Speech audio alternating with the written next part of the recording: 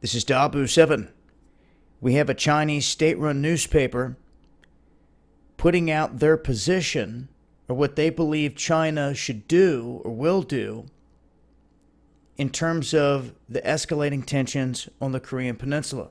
Now, it's interesting to note here that they say that if North Korea lashes out first, launches weapons at the United States, that they would side with the U.S., that they would sit there and basically be able to do nothing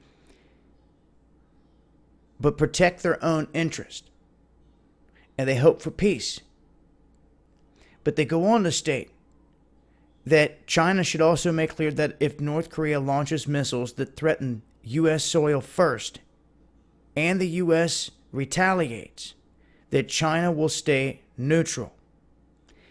They go on to say that if the U.S. and South Korea carry out strikes and try to overthrow the North Korean regime and change the political pattern of the Korean Peninsula, that China will prevent them from doing so. I want people to pay attention and see this clearly.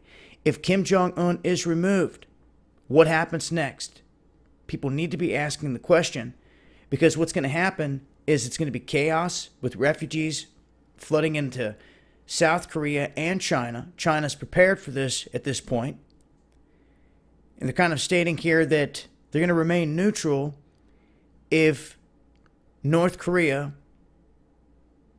strikes first. Now, let's take another look at this. Say North Korea does strike first, and then we strike them. We topple them. We remove them. The outcome would be no different than if we struck first to remove them. So even if we wait for Kim Jong-un to pop off a shot and the United States then hits them, then what is China going to say? They're going to say the same thing. They're going to say that it's in their interest and that they're not going to allow the United States to come in there and set up a puppet government right up on their border, literally, because North Korea has served as a good buffer between China and U.S. allied troops. So this is a key spot, strategic spot in all of this.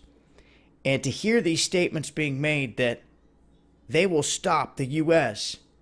if they try to strike first.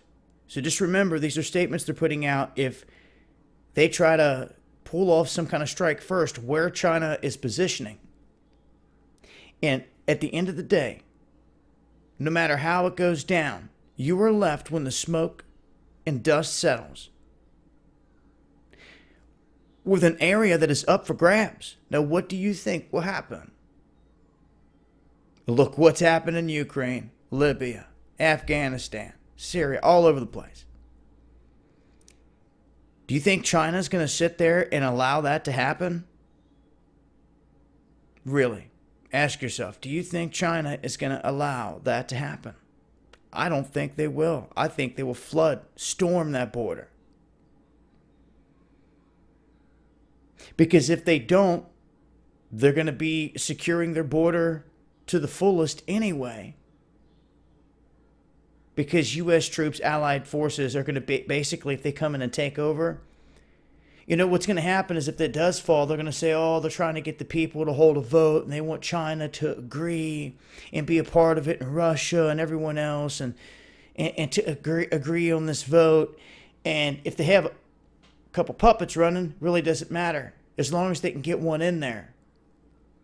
And China's not stupid.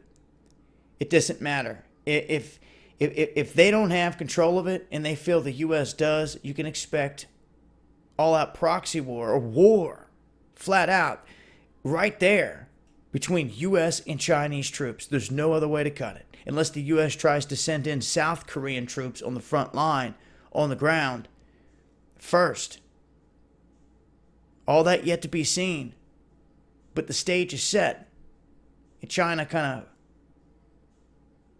putting word out where it sits with this. At the end of the day, it doesn't matter. This regime falls. We've got a very tricky situation here, guys. You need to think about it. I'll leave a link. I'll continue to update on this. Tune into Underground World News Live, Friday night, 9 p.m. Eastern, on my other channel, Dabu777. I'll leave a link below. Much love.